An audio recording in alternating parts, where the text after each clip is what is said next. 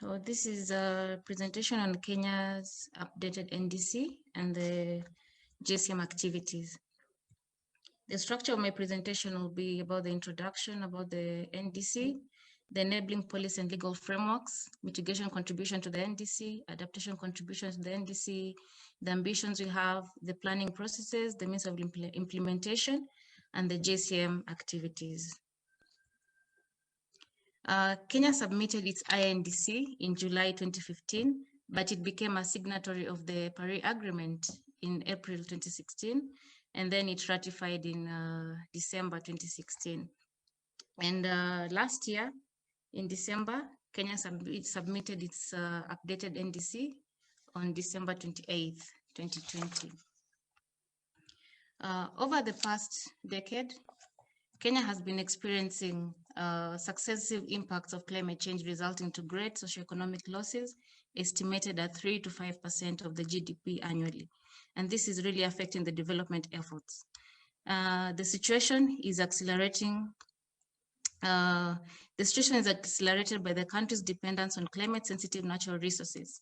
But despite of this, Kenya's negligible contribution to the global GHG emissions of less than 0.1%, it has put up ambitious policies and measures to pursue her low carbon climate resilient development pathway to realize her Vision 2030, as well as other national policies, plans, legal frameworks that the updated NDC builds on. For instance, the Constitution of Kenya, the Climate Change Act, the National Climate Change Action Plans, climate finance policy, among other sector-specific policies and legislations to support the implementation of climate change adaptation and mitigation actions.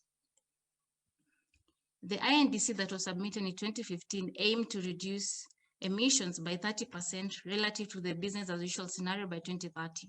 This target was taken as half of the potential reduction by 2030. And the INDC also aimed to mainstream the climate change adaptation and resilience in all sectors. On the other hand, the updated NDC aims to reduce emissions by 32% by 2030 relative to the business as usual scenario of 142 million tons of CO2 equivalent, in line with our sustainable development agenda and national circumstances. The net results of the 2020-2030 projections for the updated NDC target are as follows. The total emission reduction potential is 86 million tons of CO2 equivalent, as you can see in the table in the far right, by 2030, compared to the INDC target of 43 million tons of CO2 equivalent.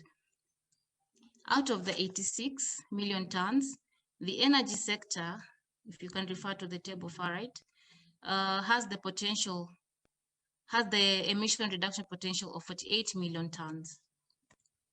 And out of the 86 million tons as well potential, Kenya committed 46 million tons to the NDC target, hence the 32% of the regional business as usual. And the remaining 40 million tons of CO2 is secure for carbon credits or trading, and all sectors have been allocated percentages for potential trading. The mitigation, some of the priority mitigation activities that will be implemented in the NDC include increasing of renewables in the electricity generation mix of the national grid, enhancement of energy and resource efficiency across the different sectors, clean and efficient sustainable energy technologies to reduce over-reliance on fossil fuels and sustainable biomass, low carbon and efficient transportation system, among others.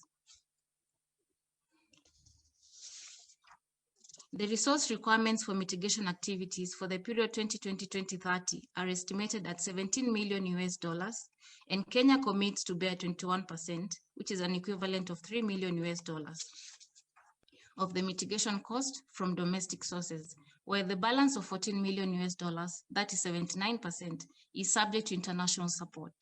The updated NDC proposes a more ambitious contribution relative to the INDC, even though significant support is required to exploit mitigation and adaptation potential to realize the overall NDC targets. Kenya aims to ensure a climate resilient society, and this is to be achieved through mainstreaming climate change adaptation into the medium-term plans and the county integrated development plans and implementing adaptation actions. And some of the way through which Kenya is committing to enhance its adaptation ambition is by, for example, enhancing the uptake of adaptation technology, especially among women, youth, and other vulnerable groups, while also incorporating scientific and indigenous knowledge, among others. And subject to the national circumstances, Kenya intends to mobilize domestic resources to cater for 10% of the adaptation cost, while the 90% will require international support in form of finance, technology development and transfer, and capacity building. The cost of adaptation actions up to 2030 is approximately $44 million. The priority mitigation and adaptation actions in updated NDC will be implemented through the National Climate Change Action Plans for the period 2020-2030 as set out in the Climate Change Act 2016. Therefore, the contributions set through this updated NDC reflects an enhancement of ambition in the following areas. 1, an increase in the emission reduction target by 2030 from 30% to 32%. And an enhanced commitment domestic contribution to the NDC cost from 0% to 13.2%. Kenya's planning process on mitigation and adaptation hinges on Vision 2030, medium-term plans, the National Climate Change Action Plans, National Adaptation Plans, and the long-term strategy, which is our work in progress right now. Kenya is preparing its LTS for 2050. And the implementation for the Kenya's updated NDC will cost over $62 billion up to 2030. We head on to the Jcm activities that are being undertaken in the country. As of January 2020, there are only 2 registered Jcm projects, one being the electrification of communities using ultra-low head micro power generators. And this project is located in one of our counties known as Kirinyaga County. And its expected lifetime of the project is 9 years as of 2018.